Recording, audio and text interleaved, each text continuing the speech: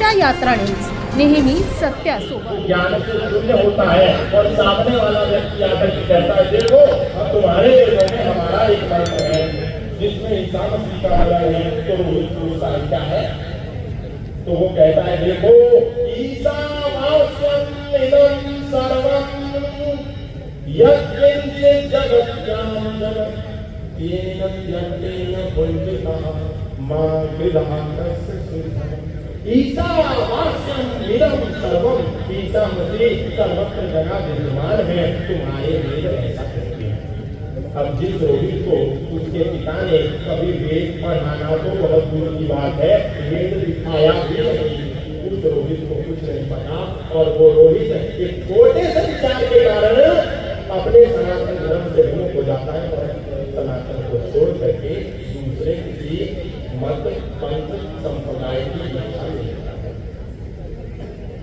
केवल एक विचार, क्योंकि आज जो हमारे बच्चे विद्यालयों में पढ़ते हैं, विश्वविद्यालय में पढ़ते हैं, इनको कोई पैसा लेकर के बहुत सरलता से सुगमता से भ्रमित नहीं कर सकता, क्योंकि आप इतने धनपति हैं, धनाशेष हैं, आप तो उसको महीने में एक महीना खत्म नहीं होता और अपने बच्चों को उनका पैसा उनके खाते में भेज देते हैं।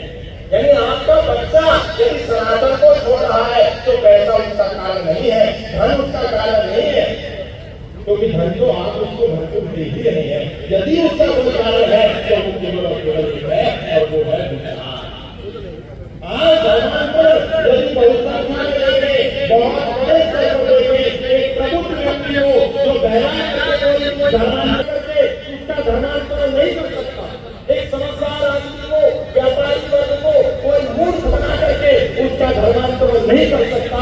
यदि ऐसे प्रबुद्ध लोगों का, सक्षम वर्ग का, सक्षम सनातनी का धर्मांतर इस समाज में होता है तो वो केवल और केवल विचार के आधार पर होता है।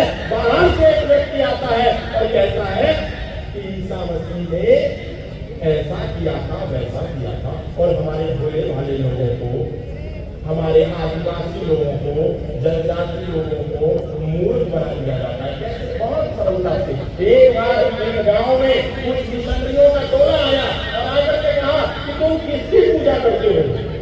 तो लोगों ने कहा हम तो शिव की पूजा करते हैं।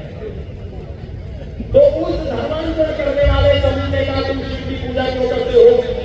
तुम तो ईसा मसीह के वंशज हो।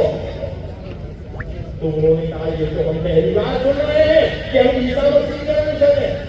कैसे वंशज हैं? तो उन्होंने एक उदाहरण दिया और ये सिद्ध करने का प्रयास किया। बोले तुम्हारा सरनेम क्या है?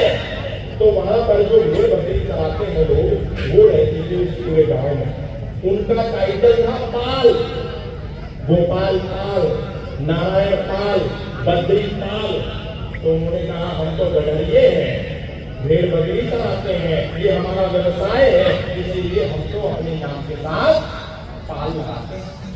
तो उन लोगों ने ईसाई धर्मांतर करने वाले लोगों ने कहा देखो अभी बताते आते हैं ईसा मसीह के बारे में, तुम क्या करते हो? भेड़ बकरी चलाते हो और ईसा मसीह भेड़ बकरी है। सबने यदि किसी पर कुठाराघात किया, किसी के चरित्र का हनन किया तो वो केवल और केवल मर्यादा पुरुषोत्तम श्री राम के चरित्र का हनन किया। योगेश्वर भगवान श्री कृष्ण के चरित्र का हनन किया, वीर हनुमान का हनन किया और महादेव शिव के चरित्र को दूषित किया। लेकिन हम उनके द्वारा किए गए सारे कार्यों को हम धर्म नहीं पाए और हमने उनके द्वारा प्रसारित और प्रचारित करी गई सारी झूठी बातों को लीला का नाम लेकर के यानी ये कि कोई हमारी स्थिति में दस्तक देकर के विकृति पैदा करने का प्रयास कर रहा था और हमने उस विकृति को बहुत सरलता से स्वीकृति दी और वो स्वीकृति आज हमारी संस्कृति बन गई। इन्हीं विधर्मियों ने, इन्हीं सनातन विरोधियों ने एक विचार दिया दुनिया को कि देखो ये कृष्ण तो चोर है, रसिया है, कपड़े चुराता है, गोपियों के साथ नाचता है और गोपियों के कपड़े चुरा करके जब हमको पेड़ पर चढ़ जाता है और उनको नहीं देखना चाहता।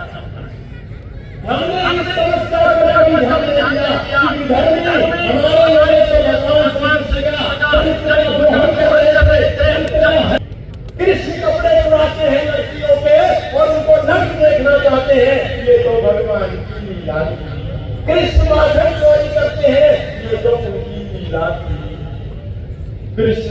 रास रचाते हैं गोपियों के साथ, ये लोग उनकी लीला की।